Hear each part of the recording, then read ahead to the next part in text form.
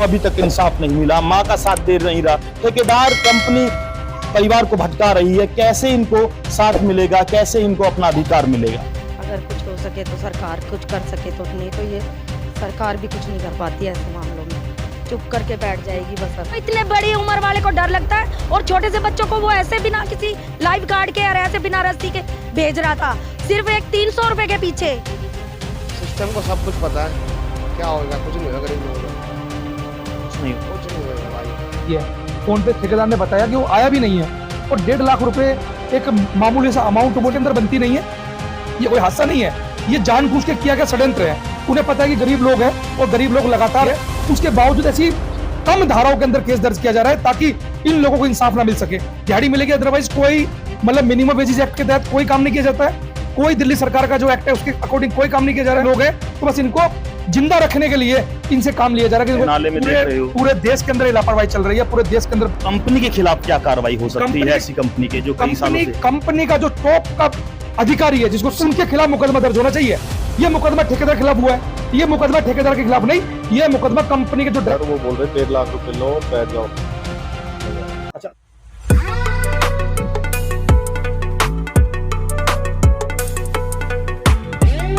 तीन दिन की मशक्कत करने के बाद एनडीआरएफ की टीम और पुलिस की मेहनत से और आप लोगों के सहयोग से और जिन साथियों ने इसे ढूंढा है, उस माँ के लिए ढूंढा है, उस परिवार के लिए ढूंढा है। हम दिखाना चाहते हैं बड़ी मेहनत के बाद 3 दिन के बाद आज भारत की बॉडी मिल चुकी है, जो कि पंजई बाग 85 स्टैंड जिसे बोला जाता है, भारत दर्शन पार्क है, उसके पास इस बॉडी को परिवार को सौंप दिया जाएगा। मगर बॉडी को सौंपने के बाद क्या होगा? क्या इन्हें न्याय मिलेगा? क्या परिवार के लिए कोई मुआवजा मिलेगा? क्या इस गरीब परिवार को कुछ ना कुछ सरकार देकर, मुआवजा देकर और ऐसे ऐसे ठेकेदारों के खिलाफ कार्रवाई कर कर जो पूरा सपोर्ट नहीं करते, कर्मचारी को नहीं करते और कर्मचारी को प्रोटेक्शन मुहैया नहीं करवाते, उसके खिलाफ कोई कार्रवाई होगी? जो यहाँ का वो था ठेकेदार है, ठेकेदार का, क्या लगता है क्या दोष है? उसका दोष यही है जो छोटे छोटे बच्चों को ऐसी जॉब दे रहा है बिना किसी लाइफ गार्ड के, बिना किसी सपोर्ट के। सपोर्ट होनी चाहिए, जब भी तो उसको पानी में छोड़ना चाहिए ना किसी के बच्चे को, ऐसे थोड़ी। उसका क्या गया, उसको तो बोट में भी इतना डर लग रहा था बोट में चढ़ते हुए। ठेकेदार को? हाँ, ठेकेदार को। उसका क्या गया, उस बेचारी से पूछो ना, उसका तो बच्चा ही चला गया, हमारा भाई चला गया। क्या कहना चाहोगे प्रशासन से, क्या गुहार लगाना क्या चाहोगे? कहना चाहते हैं आप? तो कुछ नहीं कहना चाहते, भाई चला गया तो अब क्या कहेंगे हम, कुछ नहीं कहना चाहते। परिवार की 2 रोटी देने वाला वो बच्चा चला गया। हाँ, 2 रोटी कमाने वाला तो वही था। बस अब कुछ नहीं कहना चाहती मैं, बस यही कहना चाहती हूँ माँ बेटे का कुछ सहारा हो जाए। सरकार भी कुछ नहीं कर पाती है ऐसे मामलों में, चुप करके बैठ जाएगी बस। अब जाएंगे यहाँ से फोटो वोटो खींचेंगे बस, और कुछ नहीं कर सकती सरकार। बैठे बैठे कुर्सियों पे तमाशा ही देखते हैं और कुछ नहीं करते। आइए, शव मिल चुका है, पोस्टमार्टम के लिए अब जाएगा और फिर क्या होगा, एफआईआर में क्या दर्ज होगा और क्या मुआवजा मिलेगा, उसकी जानकारी हम आपको देंगे। मुआवजा क्या मिलेगा, इनको 400-500 रुपये दाढ़ी पे रखते हैं, ऊपर के लोग खा जाएंगे पैसे। तो पुलिस पर, अपने कानून पर, अपने भाईचारे पर, अधिकारियों पर भरोसा नहीं कि मुआवजा मिलेगा? तो सरकार देखते क्या करेंगे। अब उनका तो बच्चा ही चला गया, हमारा तो भाई चला गया। क्या गुहार लगाना चाहोगे ऐसी सरकार? सिस्टम को सब कुछ पता है, क्या होगा, कुछ नहीं होगा गरीब लोगों का। तो गरीब को कुछ नहीं होगा। कुछ नहीं होएगा भाई, अब जिसका जाना था वो चला गया, अपने घर में एक ही तो कमाने का वाला था। सेफ्टी बरतनी चाहिए ठेकेदार को। सेफ्टी भाई बिल्कुल बरतनी चाहिए थी, ना ही तो यहाँ कोई सपोर्ट थी इन पे। अब ऐसे कोई काम ही तो मशीनों का काम है, ये मशीनों का काम है जो खुद कर रहा है इंसान, जान को जोखिम में डालकर। जोखिम में क्या, सरासर रिक्स ही है। तो तैराक भी डूब जाएगा इसके अंदर, कहाँ तैर पाएंगे भाई। होते हैं कंपनी वाले तो ऊपर से इंश्योरेंस पैसे ले लेंगे कंपनी से, सब ऊपर से पैसा लेके नीचे तक सब खा जाएंगे। उनके पास क्या है, गरीब के पास कुछ नहीं पहुंचेगा। अभी 400-500 रुपये के लिए इनको काम के लिए ले आते हैं, कभी पैसे देते भी नहीं इनको। तो 23 वर्षीय भारत जो कि सुल्तानपुरी में रहता है और पंजाबी बाग के नाले में लापरवाही करने के कारण, ठेकेदार की लापरवाही के कारण वो 23 साल का बच्चा अपने परिवार को छोड़ के जा चुका है। पहले बात करेंगे ठेकेदारों के उन वर्करों से जो शोषण का शिकार है, किस प्रकार से ठेकेदार शोषण करते हैं और आपको मजबूर कर देते हैं मरने के लिए। कैसे मजबूर करते हैं इन्हीं की ज़बानी जानते हैं। क्या नाम हुआ आपका? संजय सर। कब से काम कर रहे हो? 1 साल हो गया सर हमारा तो। 1 साल हो गया। क्या दे रहे ठेकेदार आप? 300 साढ़े 300 देते हैं सर। कंपनी का नाम मालूम है? नहीं मेरे को नहीं पता। Sunrise sunrise. सनराइज। हाँ जी। ठेकेदार का नाम? ठेकेदार का नरेश गुप्ता। एक ही ठेकेदार? हाँ जी। अच्छा, क्या व्यवहार है उनका आपके प्रति? व्यवहार क्या बोलते हैं, नाले में घुसो फोटो खिंचवाओ, यही बस। और क्या आपको प्रोटेक्शन क्या मिलती है, सपोर्ट क्या मिलती है? कुछ भी नहीं। कुछ नहीं। कुछ भी नहीं। तो कैसा पानी है यहाँ का? पानी तो बहुत गंदा है सर, लहर बहुत ज़्यादा है इसके अंदर। बस इतना बड़ा रिस्क लेते हो 350 रुपये में आप। बस। तो 1 साल से आपको पैसा कैसे मिल रहा है? कैसे नगद मिल जाते सर? नगद मिलता है? जी। कहीं नाम है, रजिस्टर पे नाम है आपका? नहीं सर। कुछ नहीं है। तो कोई मेडिकल सुविधा आपको? कुछ नहीं। और इतना बड़ा रिस्क ले लेते हो, क्या करें सर? क्या जान कैसी लगती है? बच्चे हैं आपके घर में? नहीं सर।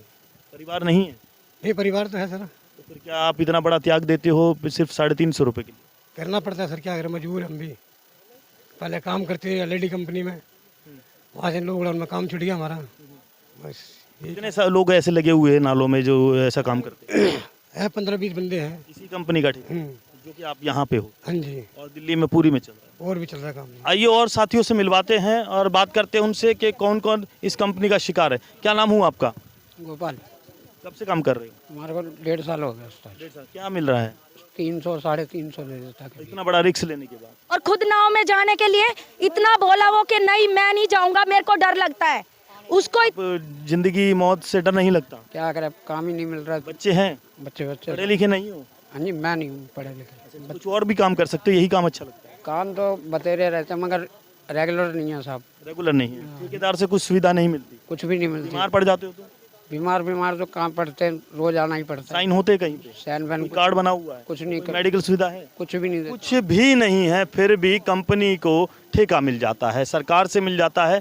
और सरकार से मिलने के बाद इस तरह गरीबों का शोषण वो ठेकेदार करते हैं जिसके खिलाफ कोई आवाज नहीं उठाता। हम नहीं चाहते कि दूसरों के बच्चों के साथ हो जैसा हमारे साथ हुआ है, बिना किसी लाइफ के, किसी ना कोई रस्सी ना कोई सपोर्ट ना कुछ, और फिर भी चुप चुप करके वो छिपता घूम रहा है।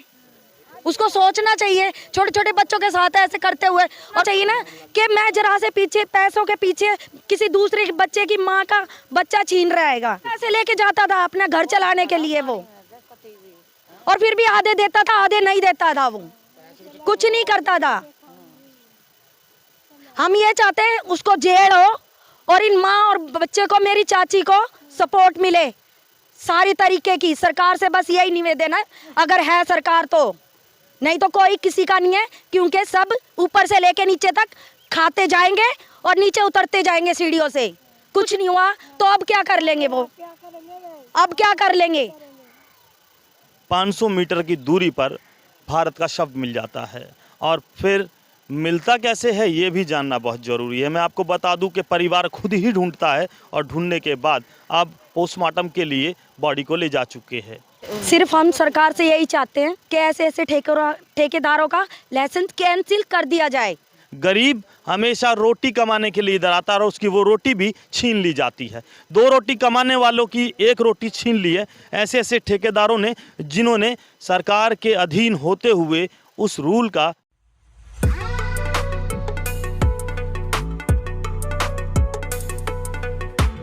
तो साथियों, मैं हूं दिल्ली में, दिल्ली के सुल्तानपुरी में हूं, और आपने जो वीडियो देखा उस वीडियो में ये भी देखा 22 वर्षीय जो मिस्टेक हो गई थी, उसी मिस्टेक को पूरा करने मैं आपको उस वीडियो को दिखा रहा हूं। जिस नाले में भारत की मौत हुई, जिस भारत को आप ढूंढ रहे थे, 3 दिन से ढूंढ रहे थे, वो बॉडी भारत की मिल चुकी, मगर भारत के परिवार को न्याय मिला या नहीं मिला?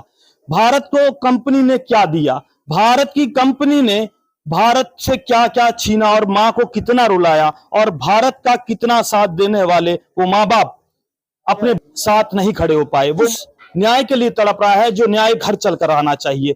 इसीलिए इस वीडियो को देखकर यहां पहुंचे राष्ट्रीय अध्यक्ष जयकुश लाखन जी। जयकुश लाखन जी परिवार के पास आए हैं और इनसे ये दिलासा देने आए हैं, विश्वास दिलाने आए हैं कि आपका न्याय आपके घर चलकर आया है। परिवार को ढूंढने में बड़ी मशक्कत करनी पड़ी, और यहां पहुंचने के बाद पहले हम जानेंगे लाखन जी से अभी तक एफआईआर में क्या क्या धाराएं लगी है, और एफआईआर के साथ परिवार को मुआवजा मिलेगा कैसे? क्योंकि परिवार थाने कोर्ट कचहरी नहीं जान सकता, परिवार पढ़ा लिखा नहीं है, परिवार 350 रुपए की दिहाड़ी करता है और किराए पर यहां रहता है। उस किराएदार को क्या पता पुलिस न्याय दे या ना दे, मगर ठेकेदार ने जो अपना नियम कर्तव्य उसे फॉलो करना था किया या नहीं किया। लाखन जी क्या कहेंगे ऐसे माहौल को देखकर कि मां को अभी तक इंसाफ नहीं मिला? ठेकेदार कंपनी परिवार को भटका रही है, कैसे इनको साथ मिलेगा, कैसे इनको अपना अधिकार मिलेगा? धन्यवाद जोगिंदर जी आपका, पक्षी न्यूज का।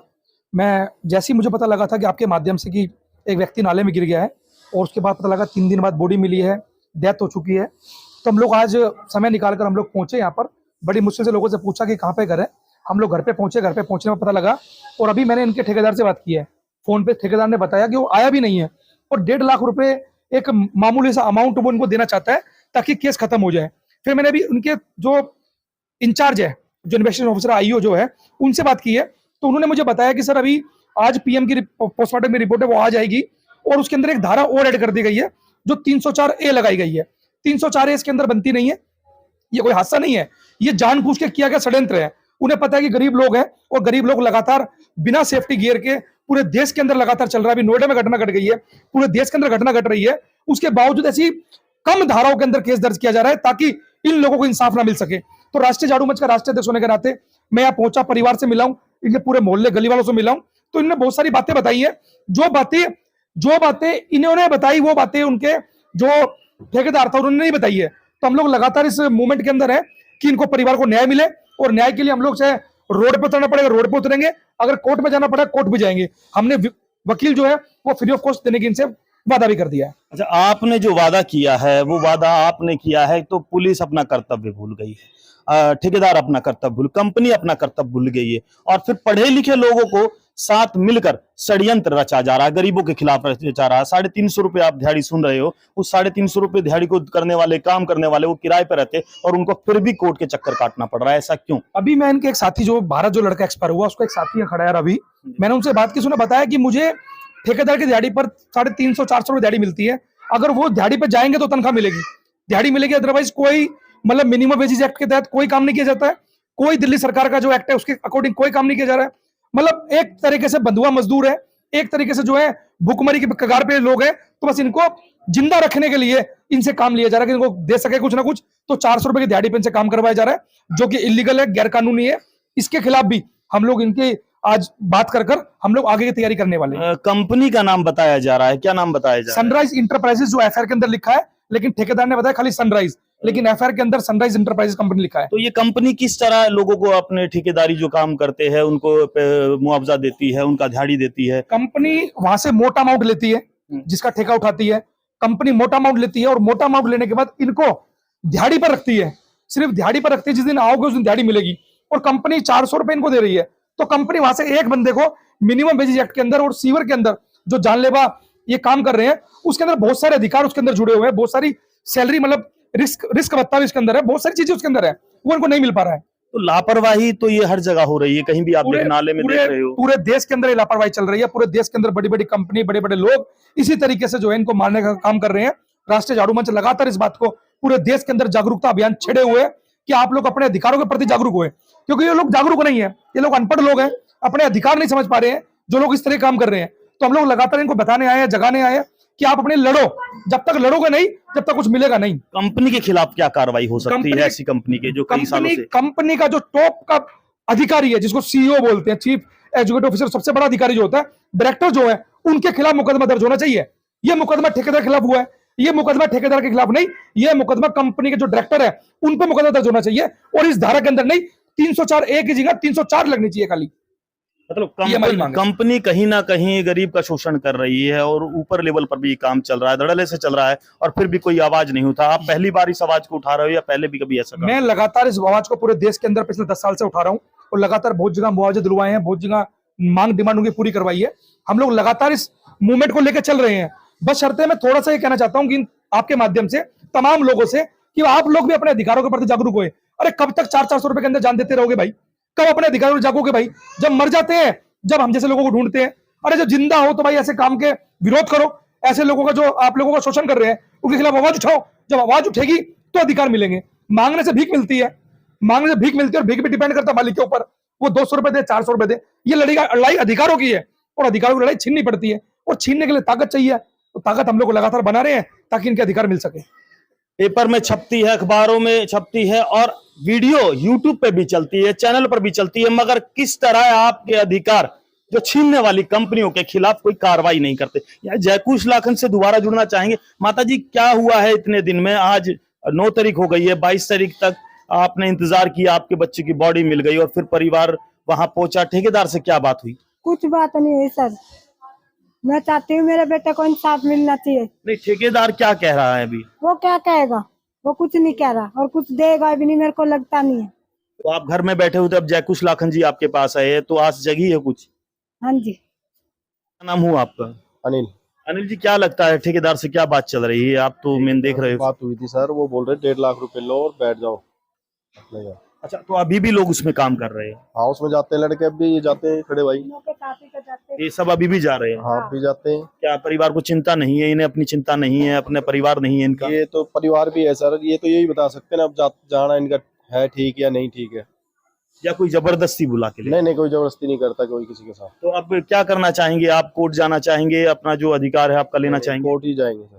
तो आप FIR अपने अभी आपने सुनी होगी, लाखन जी क्या कर रहे हैं?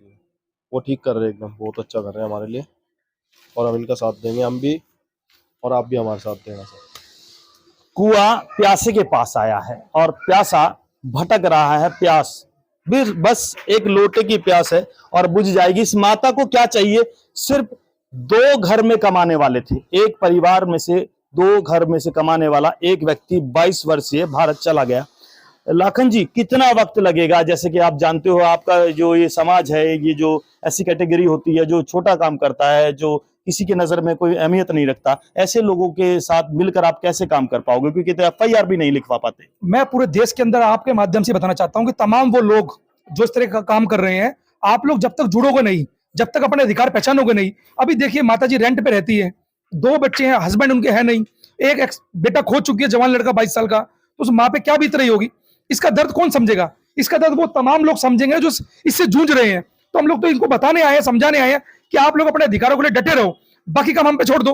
बाकी कोर्ट से लेकर रोड तक हम लोग लड़ने के लिए तैयार है, फ्री ऑफ कॉस्ट। हमने वकील फ्री देने के लिए बोल दिया है। तमाम रोड पर उतरना पड़ेगा, तो राष्ट्रीय झाड़ू मंच के प्रत्येक कार्यकर्ता रोड पे भी उतरेगा। जो हमारे लीडर हैं, हमारे राष्ट्रीय झाड़ू मंच के वार्ड 52 के अध्यक्ष भी हमारे मुकेश जी, इनको सारा चार्ज हमने सौंप दिया है। ये प्रत्येक यहाँ से रिपोर्ट बनाकर प्रत्येक चीजें देकर हमें लगातार देंगे और हम पूरा रोड से कोर्ट तक कार्रवाई करने के लिए तैयार है। पूरा सपोर्ट रहेगा, पूरी सपोर्ट रहेगी, पूरे परिवार के साथ रहेंगे। जब तक ये मामला फाइनल नहीं होगा तब तक हम लोग आते जाते आपके साथ रहेंगे। लाखन जी ने बताया, जयकुश लाखन ने बताया, दिल्ली में काम कर रहे हैं, पूरे राज्य में, पूरे भारत में काम कर रहे हैं और गरीब शोषण जिसके साथ होता है उसके साथ मिलकर जुड़कर उसका न्याय दिलाने पहुंचते हैं। रोड से लेकर कोर्ट तक लड़ाई लड़ते हैं और इसी परिवार के साथ जुड़कर आज इन्होंने आश्वासन दिया कि आपका हक अधिकार आपको मिलेगा, मगर समय लगेगा। इतना मिलेगा जो प्रावधान संविधान से आपको मिलना चाहिए वो हम दिलाएंगे। तो आप इस वीडियो को ज्यादा से ज्यादा शेयर करना और उन लोगों तक पहुंचाना जो अपने बच्चों की जान की परवाह ना कर ऐसे ठेकेदारों के साथ मिलकर अपने बच्चों का सौदा करते हैं और 350 रुपए, मात्र 350 रुपए में अपनी पूरी जवानी दांव पर लगाते थे। तो क्या कहते हो इस वीडियो में? कमेंट करके बताना कि आपका बच्चा ऐसे ठेकेदार के पास जाएगा जिस ठेकेदार को बिल्कुल जवानी की ना फिर इंसानों की कद्र है। जय हिंद, जय भारत, जय संविधान।